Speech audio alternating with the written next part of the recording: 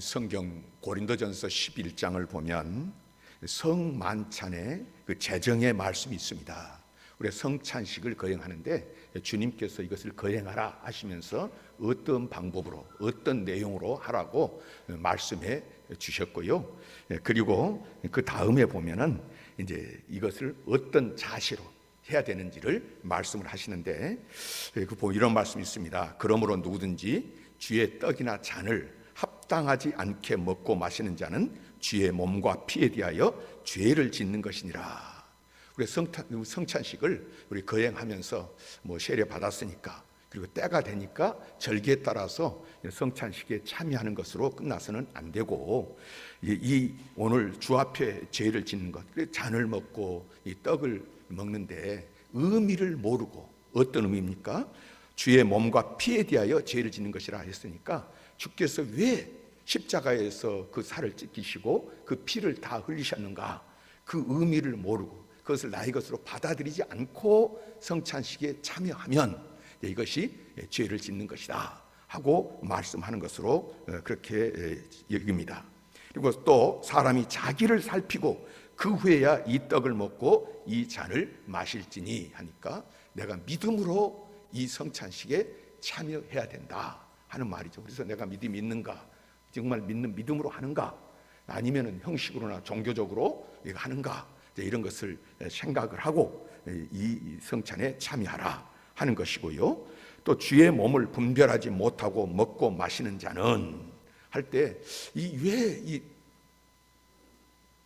떡을 먹는가, 이 잔을 왜 마시는가, 그 의미를 알지 못하고 먹고 마시는 자는 자기의 죄를 먹고 마시는 것이니라. 가끔 보면 우리 우스갯소리로 옛날에 실제로 그랬다 그래요. 성찬식을 할 때 세례 안 받는 사람은 성찬에 참여하지 못하지 않습니까? 그래서 못하게 하고 보니까 이제 다 장로님이나 목사님이나 집사님들, 권사님들 다 세례 받아서 참여하니까 이제 처음 왔는데, 자기는 처음 왔는데 세례 안 받았는데 성찬 떡과 잔을 안 주니까 뒤에 돌아서면서 가면서 지네들만 먹고 처마시고 처먹더라, 이러고 갔다는 이야기도 우리가 들었습니다. 이걸 잘 모르는 거죠. 이 의미를, 성찬의 의미를 잘 모르기 때문에 그런 말들을 하게 되는데, 근데 이걸 잘 모르면, 이걸 모르고 이게 그러면 자기의 죄를 먹고 마시는 것이다. 그러면서 그러므로 너희 중에 약한 자와 병든 자가 많고 잠자는 자도 적지 아니하니 하니까, 성찬 잘못 참여했다가 잘 모르고 했다가 약한 자가 생겼다는 거예요. 참 모든 것이 약해졌고, 그다음에 병든 자도, 몸에 병든 자도 있고, 또 잠자는 자도 심합니다. 잠자는 자는 성경이 죽은 자를 말합니다. 이게 성찬이 얼마나 우리가 하나님 앞에 어떻게 두렵고 떨림으로 믿음으로 참여해야 되는가를 말씀하시는데요. 근데 비단 성찬뿐이겠습니까? 우리가 믿음의 생활을 하면서 이 정말로 모든 중심을 만왕의 왕이요 만주의 주가 되신 하나님께 두지 아니하고 이 하나님의 거룩한 교회를 인간적인 어떤 모임이나 생각이나 자기 생각으로 판단하고 어떤 일들을 할 때에, 그래서 이 하나님의 뜻이 어긋날 때, 믿음과 관계없을 때에 이제 거기에 가해지는 것들을 참 우리가 너무도 모르고 두려움 없이 그렇게 진행한다 하는 생각이 들 때가 있습니다. 특별히 헌금 문제에 대해서도 많은 사람들이 헌금하면 돈으로 바꿔서 돈을 하고, 요즘에 교회들이 참 너무나 많은 문제들이 이것 때문에 이제 방송도 나오고 또 많은 사람들이 생각하기 때문에 이제 헌금도 잘못된 편향된 생각을 가지고 접근을 하기 때문에 시험에 들고 많은 사람들이 참 하나님 앞에 부끄럽게 되는 경우가 있는데요. 이제 헌금이 어떤 것입니까? 어떤 것입니까? 제가 가끔 이제 안 믿는 사람들은 그러죠. 저희 친구들, 동기 친구들도 저를 보면 목사라면서, 그래서 한참 가면은 좀 있다가 야, 이 교회 헌금 나오면 니 어디다 다 쓰냐 그러네. 그래서 이제 밥도 사라 그러네. 헌금 가지고. 그래서 제가 다 헌금을 어떻게 하는 줄 알고 이제 이렇게 하지만, 지금 교회 처음 나온 사람들도 이제 절차를 모르니까 그 돈 헌금 어디다 쓰느냐 이제 이렇게 이야기하면서 누가 갔느냐 이렇게 하는데, 혹시 오해 마십시오. 저는 헌금 어떻게 쓰는지, 아니 이제 쓰는지는 교회 전체적으로 공회의를 통해서 결정이 되니까 그건 알지만 제가 다 가져가는 건 아닙니다.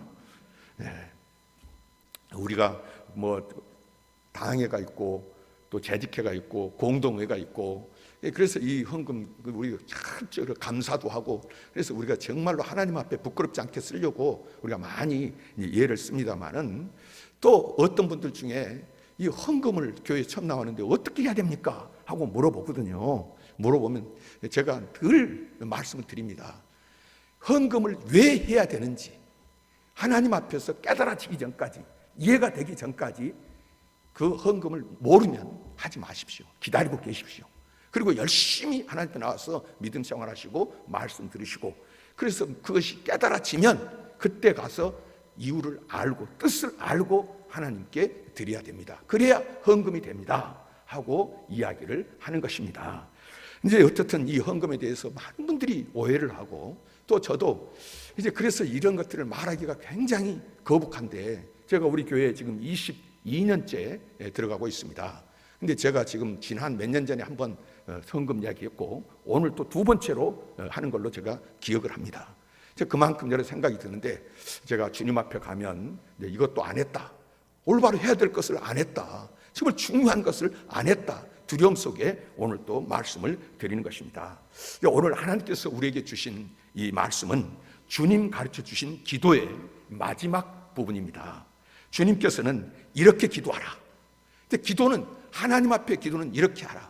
하나님이 가르쳐 주신 이보다 더한 기도가 어디 있습니까?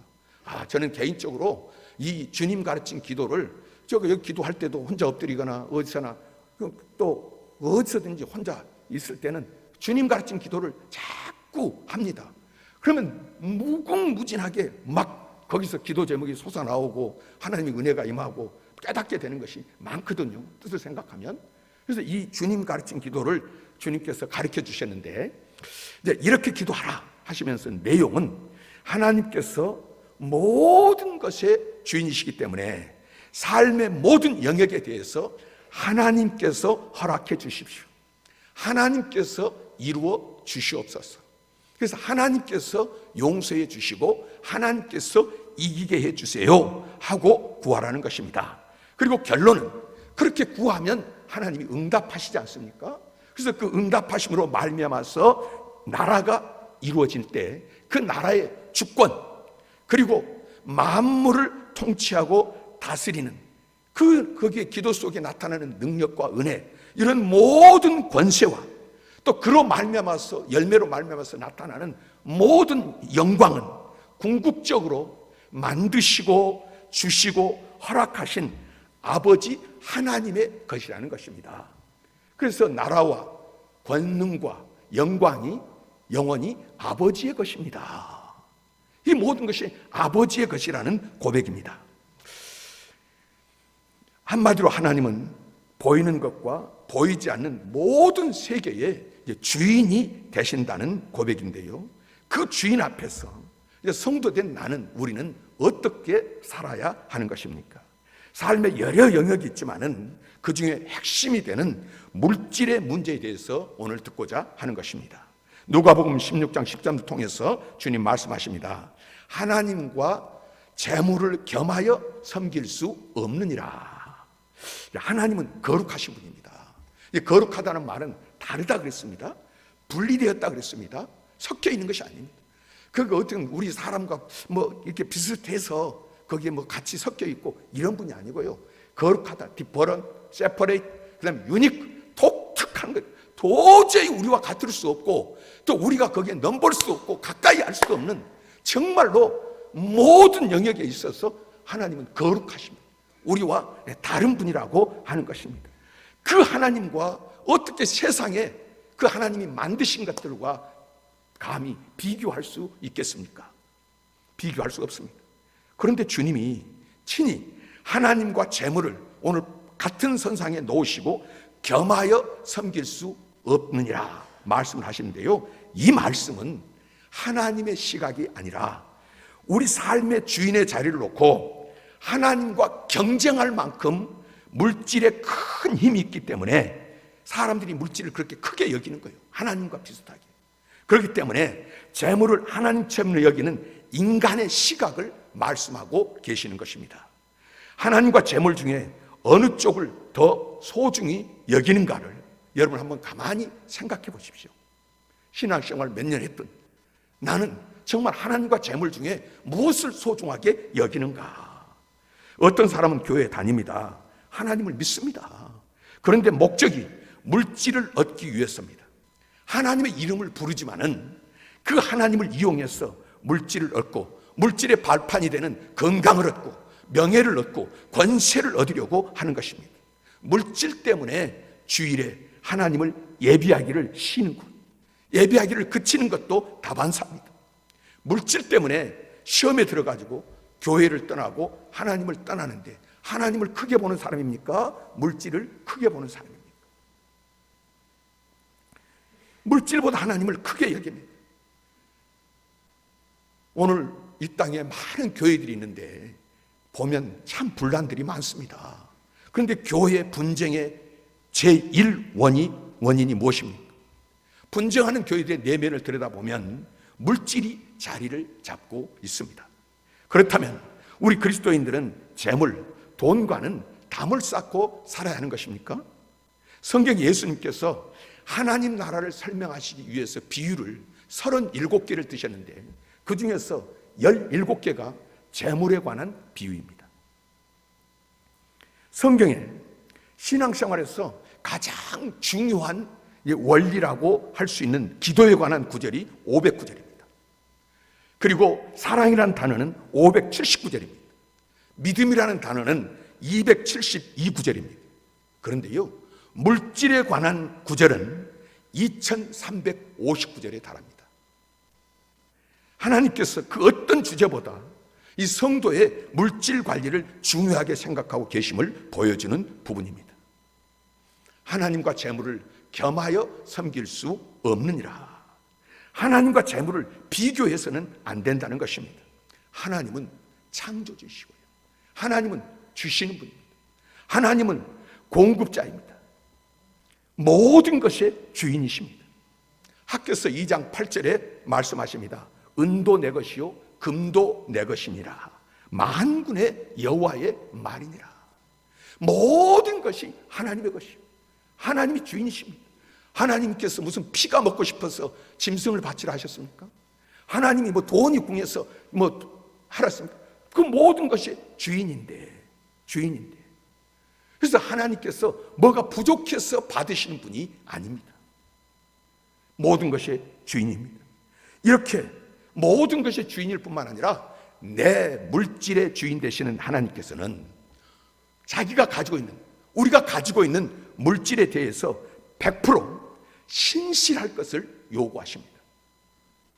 여기서 재물이라는 단어를 원문에는 만몬, 돈, 귀신이라고 되어 있습니다. 이것은 곧 물질을 바르게 벌고 바르게 드리고 바르게 사용하라는 것이 영적 전투라는 말씀입니다. 사실 하나님과 만몬을 함께 섬기는 것은 잘못된 일이라기보다는 불가능한 일입니다. 성경은 우리에게 묻습니다. 너의 소속이 어디냐? 하나님이냐 만몬이냐? 천국이냐 이 세상 나라냐 하는 것입니다. 내 보물이 있는 곳에 내 마음도 있다 말씀하고 있습니다. 돈을 어디에다 쓰는가 보면 그 사람의 소속, 그 사람의 신앙의 수준, 그 사람의 가치관, 인격을 알 수 있습니다. 다시 한번 자문해 보시기를 바랍니다. 나는 보물을 어디에 두고 있는가? 나의 보물은 어디에 있는가? 우리는 인생의 많은 부분이 돈과 관련이 있다는 사실을 인정해야 합니다. 그렇죠? 돈 어떻게 벌까? 돈 어떻게 쓸까? 어디에 투자하고 저축은 얼마나 할까? 어떻게 베풀고 살까? 월급은 얼마나 올랐고 또 내가 이렇게 일하면 얼마나 수익이 있을까? 매일같이 돈에 대해서 생각할 수밖에 없는 그런 세상에 우리가 살고 있는데요, 그런 중에서도 우리가 잊지 말고 기억해야 할 것이 있습니다. 우리는 청직이라는 사실입니다. 가진 크기와 상관없이 우리는 청직이요, 그 가진 것에 대해서 진실해야 합니다. 가진 것이 적기에 내 마음대로 할 수 있는 것도 아니고요. 재벌, 갑부가 되어도 가진 물질이 내 것이 아니기 때문에 하나님의 뜻을 헤아리지 않으면 안 되는 것입니다. 현재 있는 작은 것에 충성된 자를 하나님께서는 큰 것을 맡겨 주신다고 했습니다. 나중에 크게 벌어서 크게 섬겨야지 하는 생각보다 어리석은 거짓말은 없습니다. 작은 것도 못하는 사람은 결코 큰 것이 주어졌을 때 충성할 수가 없습니다. 평생 나중 타령하다가 인생 끝이 나는 것이죠. 그리고 다른 사람의 소유물이나 또 이 공공의, 이 공통의 소유도 하나님의 것임을 알아야 합니다. 자기 집 화장실 불을 끌 줄 알면서 교회 화장실 불은 켜놓고 나오는 사람은 충성된 사람이 아닙니다. 회사 종이 한 장, 어떤 호텔, 공공기관의 전기 한 등을 필요 이상 낭비하는 사람은 하나님 앞에 신실한 청지기가 될 수 없습니다.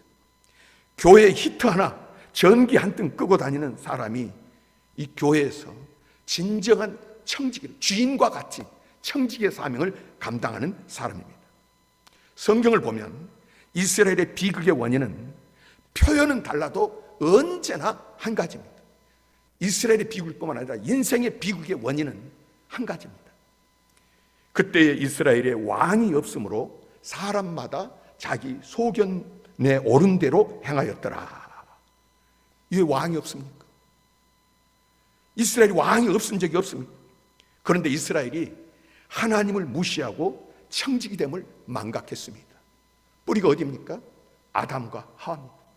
하나님께서 이 세상을 만드시고 에덴 동산과 세상의 모든 것을 너가 다스려라, 이름도 지어주고 주인같이 하나님께서 모든 것을 맡겨주셨습니다. 그러나 선악과를 먹지 말라 하는 것은 무슨 뜻입니까? 너는 주인이 아니고 너를 다스리는 명령권자가 있다, 너는 청지기다 하는 말입니다. 그런데 어디서 넘어갔습니까? 사단이 와가지고 너 이 선악과 먹어라, 하나님 말씀을 거역하고 하나님과 관계 끊으라는 거예요. 먹으면 하나님같이 되리라. 너 인생 하나님께 맡기지 말고 네가 네 마음대로 주장하고 너 인생 네가 살아라. 이게 바로 선악과를 따먹은 인생의 비극입니다. 하나님을 떠나고 주인 삼지 않고 청지기 자리를 벗어나려고 했던 그 자리인 것입니다. 무엇과 같습니까?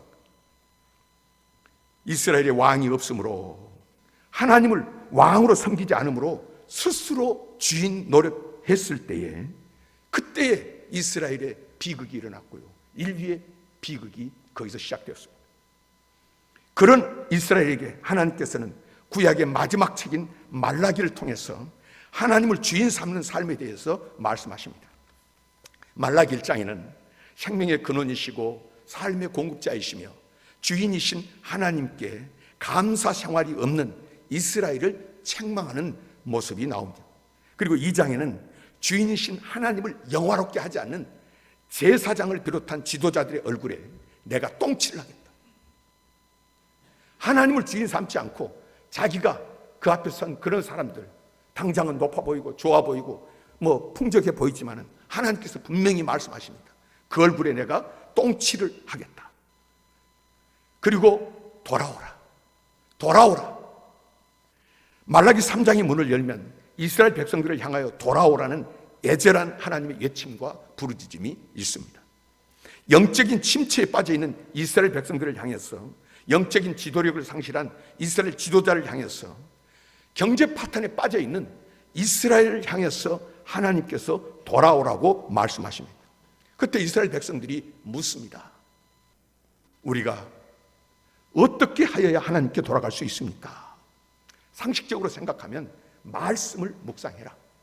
그리고 하나님의 뜻을 알고 죄를 뒤집어 쓰고 금식하며 회개해라, 기도해라, 이렇게 하실 것 같은데 말라기 3장 8절을 보면 참으로 엉뚱한 대답을 하십니다. 사람이 어찌 하나님의 것을 도둑질하겠느냐? 그러나 너희는 나의 것을 도둑질하고도 말하기를 우리가 어떻게 주의 것을 도둑질하였나이까 하는도다. 이는 곧 11조와 봉헌물이라. 너희가 11조 떼어먹은 것, 그것이 도둑질이라고, 그것이 바로 나를 무시하고 나를 떠나간 것이라고 지적을 합니다. 이스라엘은 이해가 안 됩니다. 그래서 하나님께 항의했을 것입니다. 하나님, 앞뒤가 맞지 않습니다. 백성들이 회개하라 해놓고 왜 돈 얘기를 하시는 것입니까? 그러나 하나님께서 이렇게 말씀하신 데는 분명한 이유가 있습니다.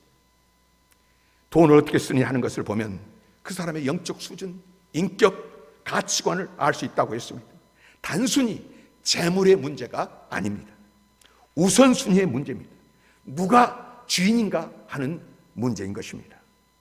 또한 하나님께서 왜 그냥 11조 떼먹었다 그렇게 하시지 도적질했다고 말씀하시는 것입니까?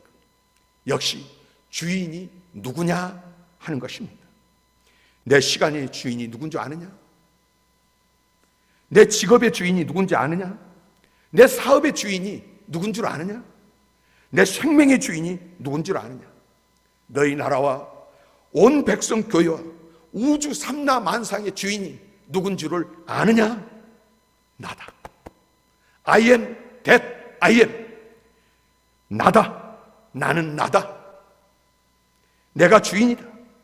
이것이 여호와라는 뜻입니다. 하나님, 그러면 우리는 무엇입니까? 너희들은 청직이다. 너희들이 청직이라고 하는 사실을 분명히 선언하고 믿는 징표가 있어야 되는데 그것이 바로 11조다. 이것을 인정하고 살아가라는 것입니다. 이 고백과 선언 없이 하나님을 주인으로 모실 수 없고 믿음의 사람이라고 할 수 없는 것입니다. 믿음의 조상 아브라함의 이야기를 할 때 아브라함이 잘 믿었지만은, 자, 창세기 15장에 보면 어떤 이야기가 있습니까?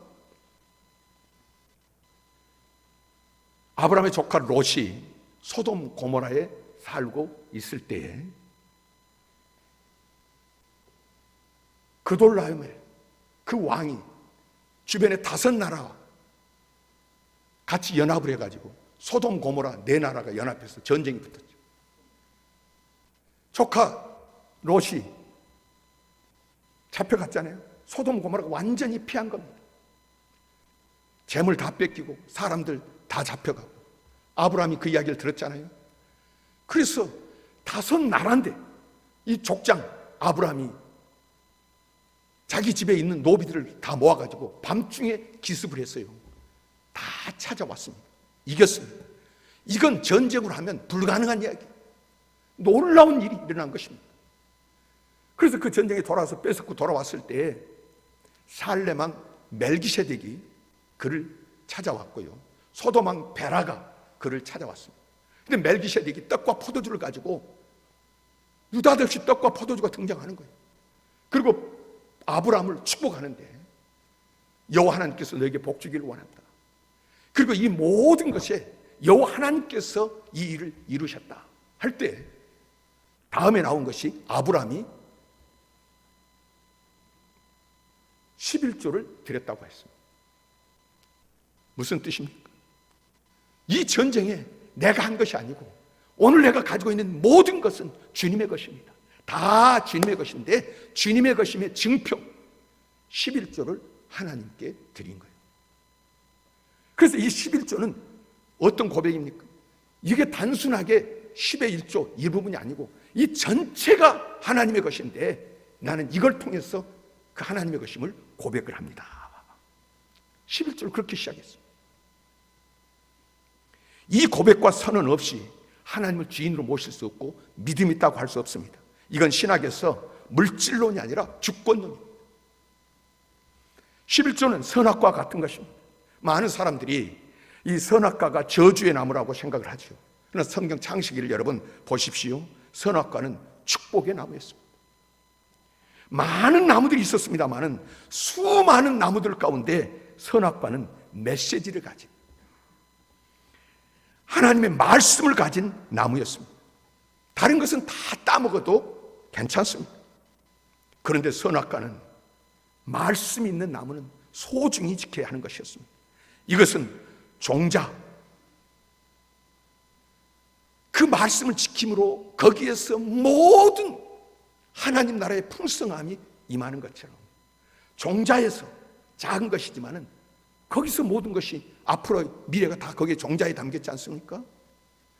메이플라워를 타고 아메리카 대륙을 가던 청교도들이 마지막이에요. 다 떨어지고 굶어 죽게 돼.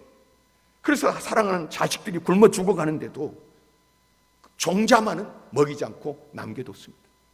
이 종자 한 줌이지만은 앞으로 이 종자를 통해서 얼마나 많은 역사가 일어날 것이기 때문에 이것만큼은 소중히 지켜야 하는 것입니다. 선악과는 축복의 종자였습니다. 은혜의 종자였습니다. 내 삶의, 내 생명의 종자였습니다. 이것을 소중히 잘 지키면 은혜가 되고 복이 됩니다. 그러나 이것을 따먹고 나면 그 다음은 어떻게 됩니까? 성경이 말씀하고 있습니다. 선악과가 여러분, 그때 선악과뿐만 아니라 십자가가 선악과입니다. 끝까지 붙들어야 돼요. 내 판단으로 해석해서도 안 되고요. 왜 십자가입니까? 왜 십자가여야만 됩니까? 망설여도 안 됩니다. 오직 그 길, 그 하나입니다. 십자가 선악과입니다. 시간의 선악과는 주일입니다. 주일 예배는 내 시간의 주인이 하나님을 인정하는 것이, 세상에 아무리 바쁜 일이 있어도 하나님을 주인 삼기 때문에 이 시간 하나님께 나와서 예배드려, 내가 어디로 가든지 하나님 앞에 주인으로 인정하는 사람이 예배드리는 거예요. 신학적으로 이것을 대표성의 원리라고 하는데, 아담과 하와가 범죄함으로 모든 인류가 다 죄인입니다. 아담과 하와 대표로, 그리고 예수 그리스도께서 십자가에 죽으셔서 피 흘리심으로 그 예수를 믿는 자마다 구원을 얻는, 누구든지 구원을 얻는 것, 바로 대표성입니다. 11조는 물질의 선악과요, 물질의 대표자입니다. 내가 쓰는 모든 물질의 대표성이 되는 것이죠. 종자와 같은 것이다. 이것을 소중히 잘 지키면 우리가 쓰는 모든 물질들이 거룩해집니다. 하나님이 주시는 복으로 살아가게 되죠. 그러나 이것을 따먹고 살아가면 비록 그 물질을 선한 데 사용해도, 내가 11조 하지 않고 그 물질을 선한 데 사용했다 할지라도 때묻은 돈이고 하나님으로부터 도적질한 돈, 자기 의를 드러내는 돈이 되고 마는 것입니다. 말라기 3장 8절 하반절에 보면 11조와 헌물을 나누어서 설명을 하고 있는데요, 엄격하게 얘기하면 11조는 헌금이 아닙니다. 예를 들어서 저한테 어떤 사람이 볼펜을 하나 빌려갔어요. 빌려가가지고 그 볼펜을 가지고 뭐 글도 쓰고 많은 곳에 사용을 하다가 이제 그 볼펜을 다시 주인이 나에게 돌려줍니다. 돌려주면서 이 태도가 말이죠, 어깨에 힘을 팍 주면서, 봐라, 나는 너에게 볼펜을 주는 사람이다, 내가 이런 인격자야 하고 의시된다면 기분이 어떻겠습니까? 볼펜 빌려 쓰고 다시 내게 돌려준 것은 신실하다, 정직하다 하는 의미 외에는 아무런 의미가 없습니다. 그건 선행이 아닙니다. 신실한 청지기들은 하나님 앞에서 자기의 위치를 분명히 알아야 합니다. 그리고 종자, 씨앗 심는 법을 잘 알아야 됩니다. 그러면 천국의 씨앗을 심을 때 11조는 어디에 심어야 하는 것입니까? 말라기 3장 10절에 보면 만군의 여호와가 이르노라, 너희의 온전한 11조를 창고에 들여 나의 집에 양식 있게 하라고 했습니다. 우선 11조는 온전히 드려야 됩니다. 타협하면 안 됩니다. 내가 얼마를 드릴까 결정하는 것이 아니지 않습니까? 이미 나와 있는데. 그리고 11조는 하나님께 바쳐야 됩니다. 내가 꼴 먹는 그 자리에, 예배의 자리에 바쳐야 됩니다. 내 영혼을 유탁하고 살아가는 하나님의 몸된 집, 교회의 11조를 바치라는 말씀입니다. 예루살렘 교인들은 예루살렘 교회에 드렸습니다. 안디옥 교인들은 안디옥 교회에 드렸고요, 군산 신흥교회 교인들은 군산 신흥교회에 드려야 합니다. 하나님의 집에 양식을 쌓는 것이다. 다른 데로 드리면 기부요, 구제입니다. 11조는 아닙니다. 마음의 자유는 될 것입니다. 나는 11조를 드렸다. 그러나 정직하거나 온전한 11조는 아닙니다. 어떤 사람들은 11조를 고아원에도 갖다 주고 선교 헌금 내기도 하고 또 이웃을 위해 구제도 하는데, 이것은 11조의 주인이, 물질의 주인이 자기가 되고 마는 것입니다. 그리고 자기 의를 드러내는 것입니다. 11조든 헌물이든 자기가 직접 사용처를 정하는 것은 자기 장사입니다. 주님의 몸된 교회를 통해서 전해지도록 하는 것이 성경의 원리이기 때문에, 우리 교회에서도 어떤 분들은 그래서 이 헌금을 어디 누구 하고 싶은데, 그래서 자기가 개인적으로 선교사도 주고 개인적으로 뭐도 주고, 그래서 정한 것이 우리 교회는 지정헌금을 하는 거예요. 우리는 하나님께 드리고 하나님의 교회가 그렇게 하는 거예요. 내가 드러나지 않고 내가 자랑되지 않고 내가 주인이 아니고 하나님입니다 하는 믿음으로 임시 방편으로 그렇게 했습니다마는 정직하게는 하나님께 드리면 하나님께서 하시도록. 그래서 내가 거기 안 주면은 거기 죽을 텐데, 여러분 하나님을 그렇게 우습게 보지 마십시오. 하나님의 교회는 지금 아무리 어려워 보이고 힘들어도, 또 하나님의 사람들은 아무리 지금 닫혀있고 가난해 보여도요, 하나님이 채우실 줄 믿습니다. 일용할 양식 주시는 거예요. 절대로 하나님의 교회는 그대로 무너지게 하나님이 하시지를 않습니다. 그런데 여러분, 어떤 분들은 11조를 하면서 무명으로 하는 것을 대단한 공로로 생각하는 분들이 있습니다. 아닙니다. 여러분 잘 기억하십시오. 사랑과 구제는 숨기는 것입니다. 하지만 믿음은 선포하고 선언하는 것입니다. 그래서 11조 헌금, 감사헌금, 교회 모든 헌금들은 선언하는 것이요, 당당히 하는 것입니다. 선행이 아니고 신앙 고백입니다. 구제헌금을 한다든지 이웃을 도울 때는 오른손이 하는 것을 왼손이 모르게 하는 것입니다. 내 돈이 누구에게 갔는지 몰라야 됩니다. 기억도 하지 말아야 합니다. 다시 말해서 믿음은 공개적으로, 선행은 은밀하게. 이것이 성경의 원리입니다. 문제는 신앙적으로, 그 환경적으로 온전한 11조를 드릴 수 없는 분들이 있습니다. 남편이 교회를 안 다녀요. 아내가 교회를 안 다녀요. 그래서 이런 것에 대해서 이해를 못하는 거예요. 바치지를 못하잖아요. 이런 분들을 위해서 교회는 주정헌금을 드릴 수 있게 합니다. 내 믿음의 11조를 정하고 그것을 매주일 얼마로 작정하고 결단을 합니다. 이것은 11조 하는 사람이 매주 드리는 주일 헌금과는 다른 것입니다. 남편이나 아내가 믿지 않은데 속이고 거짓말로 드릴 수는 없지 않습니까? 그렇게 해서는 안 되는 거죠. 11조는 아니지만 아직 여건이나 환경이 갖추어지지 않는 경우에 주정헌금을 드리는 것입니다. 우리는 하나님의 살아계심을 믿어야 됩니다. 그분은 약속을 지키시는 신실한 분이십니다. 11조를 통한 하나님의 주인 되심을 고백하는 거기에 하나님이 약속을 붙여 놓으셨습니다. 첫째, 하늘문이 열린다고 말씀하십니다. 하나님의 주권을 고백하는 사람들에게 하늘문은 언제나 열리게 되어 있습니다. 하나님이 주인이십니다. 고백하는 사람에게 하늘문이 열리게 되어 있어요. 주는 그리스도시요 살아계신 하나님의 아들입니다 했더니 주님께서 베드로에게 통째로 천국 열쇠를 내게 주는 열쇠를 맡겨버리는 거예요. 언제나 하늘문이 열 수 있도록. 기도로 하늘문을 열어서 성령 충만함을 받게 됩니다. 11조를 하나님은 나의 주인입니다, 나는 청직입니다 하는 고백으로 드릴 때 하늘 보와 창고가 열게 되는 줄 믿으시기를 바랍니다. 둘째로, 황충이 금해질 것이라고 말씀하십니다. 농사를 지으면서 열매를 주인이 거둬야 되지 않습니까? 그런데 황충이, 이 못된 벌레가 갉아먹어버려서 농사를 망치는 것이죠. 사업이나 인생 농사나 다 마찬가지입니다. 자식 농사도 그렇습니다. 황충이 먹으면 안 되는데 하나님께서는 그 믿음의 선포와 고백 속에 황충을 막아주시겠다고 말씀을 하십니다. 셋째는 기한 전에 떨어지지 않게 해주셨다고 말씀하십니다. 농사를 지어서 수확을 앞두고 있는데 태풍이 불어와서 과일이 떨어지면 낙심할 수밖에 없습니다. 떨어진 낙과 어리가고 아직 덜 익었기 때문에 팔 수 있습니까? 이것을 어떻게 가고 무슨 수익을 얻을 수 있습니까? 얼마나 속상합니까? 무엇이든 기한 전에 떨어지는 것은 손해요, 마음을 아프게 합니다. 사업을 시작했는데 중간에 접는 것도 기한전에 떨어지는 것입니다. 그런 일이 세상에는 많이 있습니다. 하나님께서는 기한전에 떨어지는 것을 막아주겠다. 내가 너의 주인이 될 때, 너가 나를 주인 삼을 때.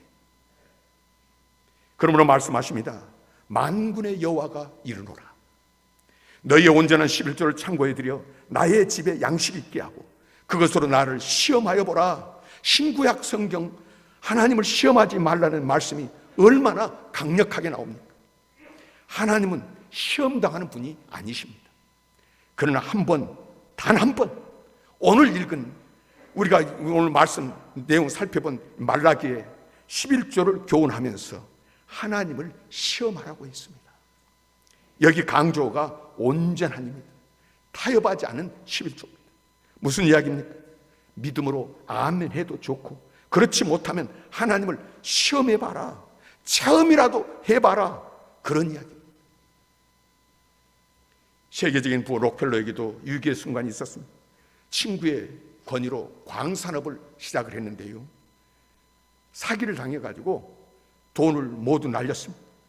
광부들은 임금을 안 준다고 폭도로 변해가지고 날마다 위협을 하고 빚독촉에 너무 시달리니까 이제 이 생에 대한 의지가 꺾이고, 그래서 사업을 포기하고 생도 포기할까 그런 때가 있었습니다. 그러나 기업을 처음 시작할 때부터 철저한 11조 생활을 해온 록펠러는 황량한 폐광에 엎드려서 기도했습니다. 하나님의 말씀은 1.1획도 틀림이 없음을 믿습니다. 저는 지금까지 온전한 11조를 드려왔습니다. 그런데 왜 이런 시련을 주십니까? 하나님의 살아계심을 보여주십시오. 록펠러는 통곡했습니다. 그때 마음속 깊은 곳에서 들려오는 위로의 음성이 있었습니다. 때가 되면 열매를 거두리라. 나를 믿었다고 하면 계속 따라 더 깊이 파라. 록펠러는 이 말씀을 믿고 폐광을 더 깊이 파기 시작했습니다. 사람들은 록펠러가 미쳤다고, 제정신이 아니라고 수군거렸습니다. 그런데요, 그렇게 파들어가는데 갑자기 황금 대신 검은 물이 분수처럼 공중으로 솟구쳤습니다. 그것이 바로 석유였습니다. 록펠러는 위전을 발견해서 일약 거부가 됐습니다. 록펠러가 한 유명한 말이 있습니다. 하나님을 섬기는 11조는 위기의 순간에 더 정직하게 하는 것이다. 여러분, 나라와 권능과 영광이 영원히 아버지의 것임을 믿으십니까? 항상 하는 그 고백에 부끄러움이 없습니까? 제가 오늘 한 설교가 또 헌금, 돈, 만약에 여기에 그쳤다고 하면 이미 시험에 든 겁니다. 오늘 하나님께서 말씀하시는 바, 하나님은 나의 주인이십니다. 하나님은 나의 주인이십니다. 나라와 권능과 영광이 영원히 아버지의 것입니다 하는 고백이 자랑이 되고 간증이 넘쳐나는 그런 삶이 되기를 원하시고 말씀 주신 줄 믿습니다.